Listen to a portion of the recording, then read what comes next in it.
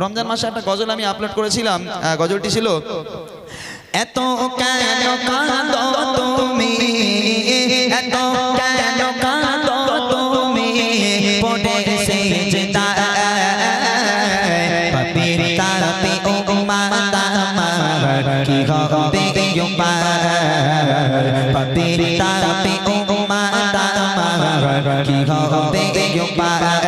এত কেন কাঁদো তুমি, এত কেন কাঁদো তুমি পড়ে সিজদায়, পাপীর তাপে উম্মত আমার কি হবে উপায়, পাপীর তাপে উম্মত আমার কি হবে উপায়। তুমি তো বলেছো হবে যারা উম্মত, দেবে তুমি ভালোবেসে তোমার দয়া জান্নাত। তুমি তো বলেছো হবে যারা উম্মত, দেবে তুমি ভালোবেসে তোমার দয়া জান্নাত। বিছানা দিলে রেখো মিজানে, বিছানা দিলে রেখো মিজানে, গীতে বোঝায়, পাপীর তাপে উম্মত আমার কি হবে উপায়, পাপীর তাপে উম্মত আমার কি হবে উপায়। এত কেন কাঁদো তুমি, এত কেন কাঁদো তুমি পড়ে সিজদায়, পাপীর তাপে উম্মত আমার কি হবে উপায়, পাপীর তাপে উম্মত আমার কি হবে উপায়।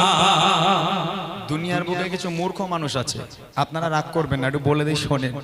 মূর্খ মানুষ আছে জীবনে নামাজ পড়ে না, রোজা রাখে না। একজন নামাজি যদি তার কাছে জিজ্ঞেস করে এই দেখ তোর তো মৃত্যু হবে, তুই তো মরবি, তাহলে তোর কি কবরের ভয় নেই? কবরে যখন সওয়াল জবাব হবে তুই কি উত্তর দিবি? বলে কেন, কবরে যেই আমার বয়স হয়ে যাবে 40 বছর পার হবে, আজ 41 পারবে, তখন থেকে কবরের সব প্রশ্নগুলো মুখস্থ করে ফেলবো। তিনটে তো প্রশ্ন, হ্যাঁ, মান রব্বুকা মান দিনুকা আমার নবীকা। এখন তোমার নবীকে, তোমার রবকে, তোমার দিনকে, তিনটে প্রশ্ন এই সবাই মুখস্থ করে দেবে। তাই ইলে সারাক্ষণ নাই পড়ে থাকবো। যেই কবরে ফেরেশতা আসবে, ফেরেশতা জিজ্ঞেস করে বলো তোমার রবকে, বলো, বলে তো আল্লাহ। মনে করে একদম মানে সেই ছাতু ছানা মতো, তাই না? ঈমান আমাল থাকবে, তারপরে তো মুখ থেকে আওয়াজ বেরোবে। যতই তুমি মুখস্থ করে যাও না কেন, কবরের মধ্যে ঢুকলে ঈমান আমাল যদি না থাকে তাহলে কোনো সওয়ালের উত্তর তুমি দিতে পারবে না। কবরের আযাবটা হবে এরকমই। আল্লাহ রাসূল সেই ভয় আল্লাহর কাছে কাঁদছে, সিজদায় পড়ে মাথা সিজদায় দিয়ে হাউ হাউ করে কাঁদছে, আল্লাহ তুমি ওয়াদা করো যদি তুমি আমার উম্মতদের ক্ষমা না করো, আমি নবী মুহাম্মদ তোমার সিজদা থেকে মাথা তুলবো না। আল্লাহ পাক বলেছিল আমার বন্ধু আপনি কাঁদবেন না, আমি আল্লাহ আপনার কান্না সহ্য করতে পারি না, মাথা তুলুন। আমি আল্লাহ কথা দিলাম আপনার যারা উম্মত হবে, সত্যিকারে যারা উম্মত হবে, আমি আল্লাহ তাদের জান্নাত নসিব করে দেবো। জোরে বলুন না সুবহানাল্লাহ। কবি লিখছে দেখেন, মাথা তোলো প্রিয় হাবিব কে তো নাম করে, গুনাহগার উম্মতি দেব ক্ষমা করে।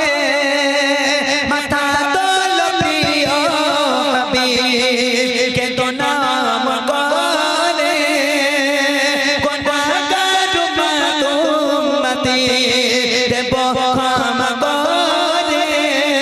খবর পেয়ে খুশি হয়ে, খবর পেয়ে খুশি হয়ে নবী শান্ত হয়, পাপীর তাপে উম্মত আমার কি হবে উপায়, পাপীর তাপে উম্মত আমার কি হবে উপায়। এত কেন কাঁদো তুমি,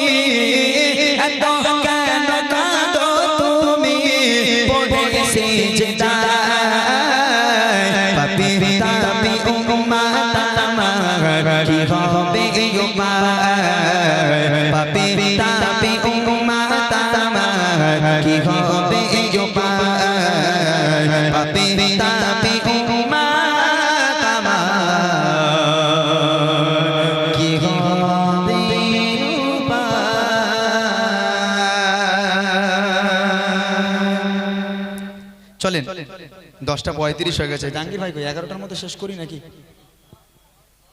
হ্যাঁ 12টা? কাল জলসা আছে না? কেউ ঘুমায় না এখানকার মানুষ?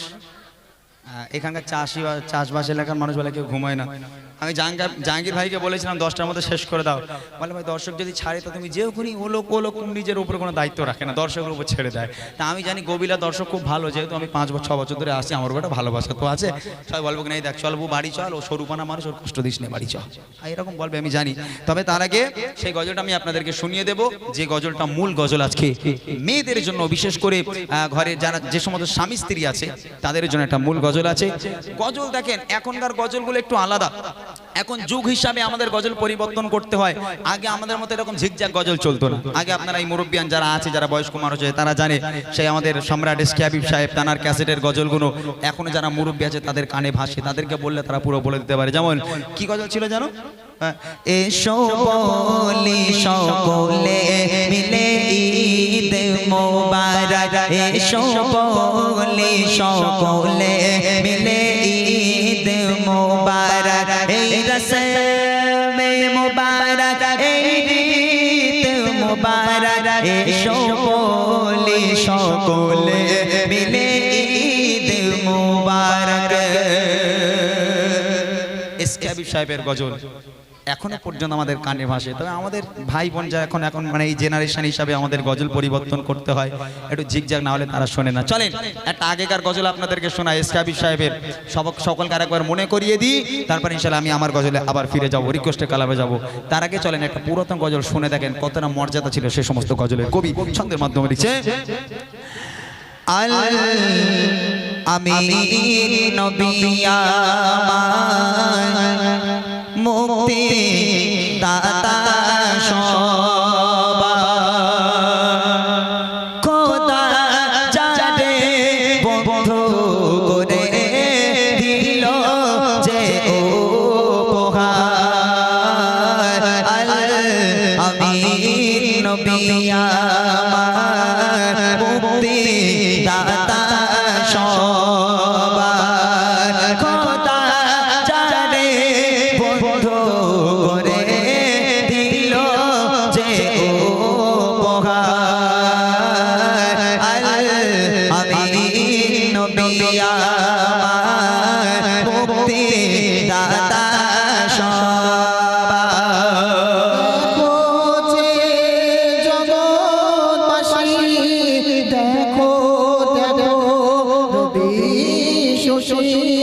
দয়া মায়া সাগর লো সবার মুখে ফোটায় হাসি। দেখো জগৎবাসী, দেখো দেখো রবি শশী, দয়া মায়া সাগর লো সবার মুখে ফোটায় হাসি।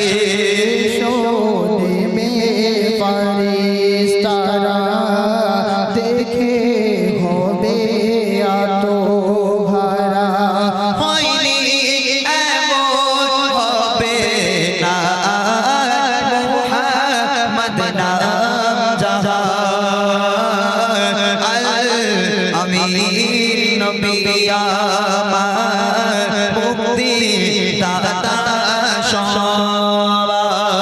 পথে ঘরে বাঁধা ছিল অবলা মনের হরিণ, সে পথ দিয়ে যেতেছিলে আমার প্রিয় নবী করে।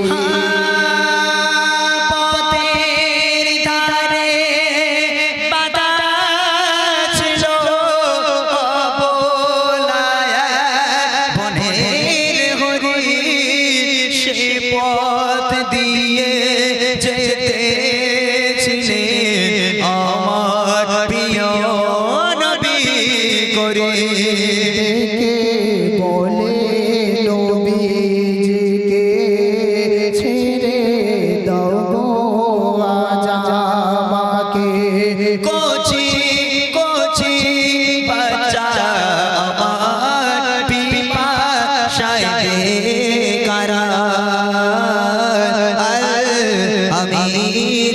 নবী আমার মুক্তি দাতা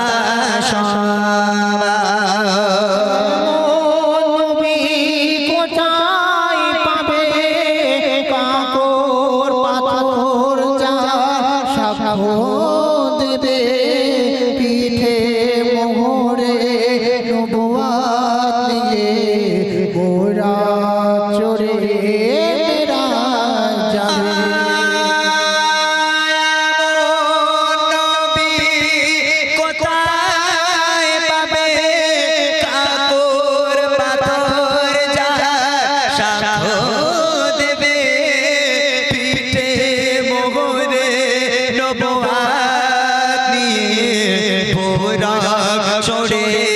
মেরা যাবে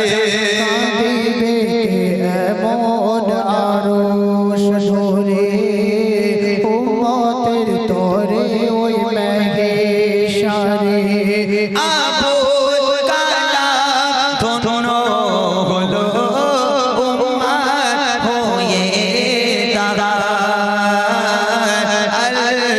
আমির নবী আমার মুক্তি দাতা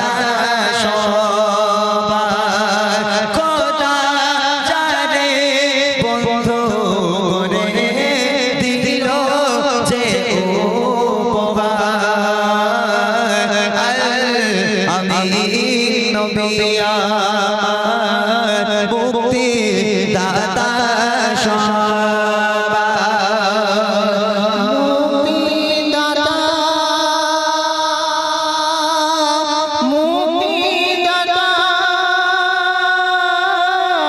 মুক্তি দাতা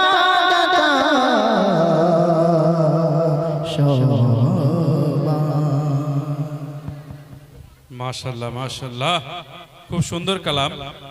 এসকে হাবিবদার প্রচুর গজল আছে যেগুলো খুব ভালো লাগা গজল। আমরা অনেক আগে থেকে এই গজলগুলো শুনি, কারণ আগে ঈদ হলে ঈদের দিন বিশেষ করে গজলগুলো বাজতো, বেশ ভালো লাগতো শুনতে। তো যাই হোক, পশ্চিম বাংলার বুকে সর্বপ্রথম বাংলা গজল এনেছিল কিন্তু এসকে হাবিবদা, তিনি প্রথম বাংলা গজল এনেছিল। তার আগে আমরা উর্দু কালাম শুনতাম। বাংলা গজল ছিল না এরকম কোনো ব্যাপার নেই, ছিল। তখন বাংলাদেশ থেকে কিছু গজল আসতো, সেইগুলোই আমরা গাইতাম। নজরুল ইসলামের লেখা কিছু গজল ছিল, যেমন আমার প্রাণের দয়ার নবী, নৌকার মাঝি পার করে দে দেরি করিস না, ত্রিভুবনে প্রিয় মোহাম্মদ, এইসব গজল ছিল আগে। মোটা ভাই, হ্যাঁ, আমাদের জাহাঙ্গীর ভাই বলছেন আব্বাস ভাইজান গেলে গজল বলতে হবে। দাও তাই হবে, চলবে ভাইজানের গজল চলবে পেছন থেকে। হ্যাঁ মাশাআল্লাহ, ভাইজান ভক্ত নাকি?